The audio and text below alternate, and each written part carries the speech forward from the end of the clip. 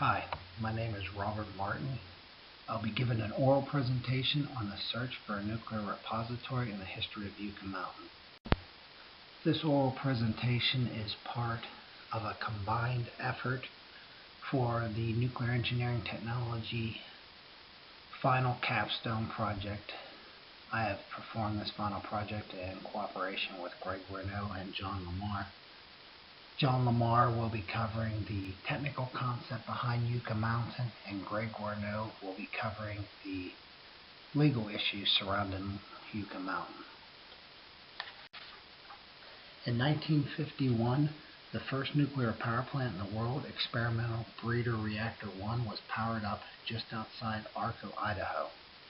In 1955, Experimental Breeder Reactor 1 provided power to the town of Arco, making it the first city to be powered by nuclear power. This important milestone marked the beginning of nuclear power as a safe, reliable, and abundant source of energy. In May of 1958, President Eisenhower opened the first United States commercial nuclear power plant in Shippingport, Pennsylvania. Producing clean, safe energy, it established nuclear power as a viable option for commercial power generation and thus made nuclear power part of everyday life. In just 6 short years, nuclear power went from an experimental breeder reactor powering a small town in Idaho to a fully functioning commercial power plant capable of powering a number of large cities. With the completion of the first United States commercial nuclear power plant and plans to produce more, the question of what to do with the nuclear waste produced from the operation of these plants had to be answered. The nuclear community turned to the federal government for the answers. In order to promote peaceful use for atomic energy, the Atomic Energy Act of 1946 was passed by Congress, establishing the Atomic Energy Commission. Then in 1954, the Atomic Energy Act was revised, placing the responsibility for the disposal of highly radioactive nuclear waste produced on the federal government. Looking to find an answer to the nation's nuclear waste needs, the Atomic Energy Commission requested the National Academy of Sciences, National Research Council, to consider the possibilities of disposing high-level radioactive waste in quantity within the continental limits of the United States. The group was charged with assembling the existing geological information pertinent to disposal schemes proposed and point out areas of research and development meriting first attention.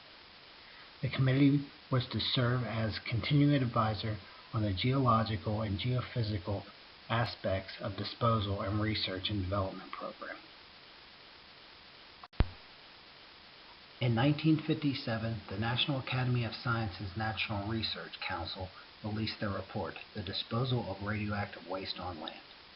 It discussed 2 possible methods of waste storage, deep disposal and shallow disposal. Deep disposal consisted of 1 of 2 types of geological structures: a synclinal basin of sedimentary rocks with a lower porous strata containing brine, or sedimentary rocks of uniform with low regional dip in which the water might be static or might be in motion. The second method, surface disposal, which consists of the following 4 categories: surface excavations, infiltration into shallow permeable beds, natural and artificial excavations, and artificial solution cavities. The National Research Council concluded the following general principles for the selection of methods of deep disposal in their 1957 report, The Disposal of Radioactive Waste on Land. That the liquids containing nuclear waste shall have a greater specific gravity when introduced into the reservoir than the liquids already present in the reservoir. That the liquids shall be stored underground, preferably where they will remain under essentially static conditions.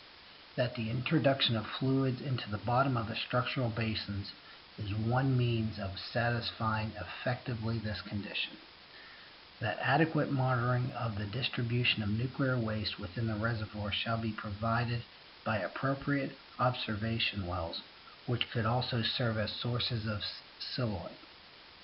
that prior to the introduction of nuclear waste liquids into the reservoir, the problems of heat dissipation, clogging of reservoir space, and chemical reaction with the reservoir rock and fluids shall be evaluated. The second method addressed by the National Research Council was the method of shallow disposal. Surface excavations were not recommended by the board based on vulnerability to bombing and acts of nature such as tornadoes. Additionally, the contamination of groundwater and surrounding areas are a major concern unless waste can be permanently immobilized. Infiltration into shallow permeable beds below the water table was not recommended based on the limited knowledge of absorption properties in regards to radioactive ions and the fact that disposal in deep aquifers would be the preferred method. Infiltration in the shallow permeable beds above the water table was considered a possible option but not recommended due to lack of research available. Natural caverns were recommended only for dry waste and only for immobilized waste if the cavern was not a dry cavern. Abandoned mines were also only recommended for immobilized waste. Deep mines were considered as a viable storage solution due to being below the water table. Disposal in salt cavities was the recommended best solution for a possible site for the disposal of liquid waste at shallow depths, but it still required extensive research. The use of salt cavities held such a potential for the storage of nuclear waste that the National Research Council commissioned a separate study to research this option. Taking the recommendation of the use of salt voids, the Atomic Energy Commission set out to find a suitable test site. In 1963, they selected the Cary Salt Mine, a 1,020-foot deep abandoned mine outside Lyons, Kansas, and commenced Project Salt Vault. Robert Peltier reported in his 2010 article, U.S. Spent Nuclear Fuel Policy, Road to Nowhere, that the primary objective for Project Salt Vault was to demonstrate the safety and feasible handling and storage of high-level nuclear waste solids from power reactors and salt formations. The specific objections were to demonstrate waste handling equipment and techniques, determine the stability of salt formations, collect information on creep and plastic flow of salt needed for the design of an actual disposal facility, and monitor the site for radiolytical chemical reactions. The project consisted of 14 spent nuclear fuel assemblies, which were lowered into a lead-shielded vessel. The canisters were sunken into the floor and replaced every 6 months to ensure that the radiation exposure to the salt formations was maximized. Testing concluded in 1967 when the last fuel cells were removed from the facility. The test was considered a success and confirmed all the initial predictions and theories that had been made prior to the experiment. Additionally, the maximum exposure received by any worker during the quarter was 200 mg to his hands, which is significantly below the legal limits of 5 rem per year to the whole body. Remarkably, this testing was all conducted without the use of a shielded nuclear radiation contamination chamber used to protect the workers called a hot cell.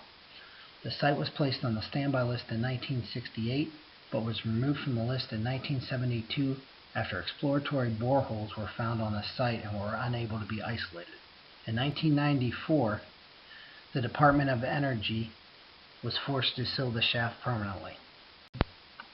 Moving forward to find a viable option, the Energy Research and Development Administration selected multiple sites in 36 states to perform studies on various types of geological structures. In 1978, the volcanic tuff site at Yucca Mountain was selected for one of these studies. John Lamar will discuss the construction of Yucca Mountain in detail in his presentation. Efforts were slowed down over the following few years. Negative attention sprang from the 1978 accident at 3 Mile Island, which resulted in a partial meltdown of one of the units, caused political opposition.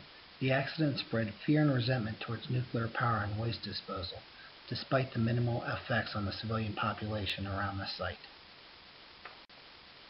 Finally, in 1982, Congress passed the Nuclear Waste Policy Act, which required the establishment of a deep geological repository for nuclear waste storage.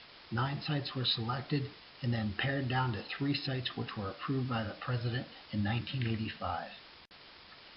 2 years later, Congress amended the Nuclear Waste Policy Act and made Yucca Mountain the sole repository site and stopped the selection process for all the other sites. The Department of Energy held public hearings outlining the plans for the Yucca Mountain acceptance testing, and in 1991, the appropriate licenses to start construction were filed. A final acceptance date of 2010 was established, with the site due to receive interim waste in 1998. Legal woes surrounding the project caused significant delays, which led to exceeding the 1998 deadline. Greg Grinnell will discuss the legal issues in more detail. Delays continued, with the project pushing final acceptance back to 2020. In 2008, the Department of Energy submitted its license application to the Nuclear Regulatory Commission. It subsequently tried to withdraw the application in 2010. Budget cuts in Congress significantly cut funding to the Yucca Mountain project in the following years, and the Nuclear Regulatory Commission allowed the government to start closing down Yucca Mountain. In 2012, the debate over Yucca Mountain continued, and the future of Yucca Mountain remained uncertain. Since 1990, 65 commercially operated nuclear power plants with 104 nuclear reactors generate approximately 20% of U.S. electricity each year. Up to 6 more units may come online by 2020, with an additional 18 more reactors awaiting their application approval. With no currently approved storage location or clear way forward, the question remains, what do you do with the waste created by nuclear power plants, and how will that affect the growth of commercial nuclear power? Thank you.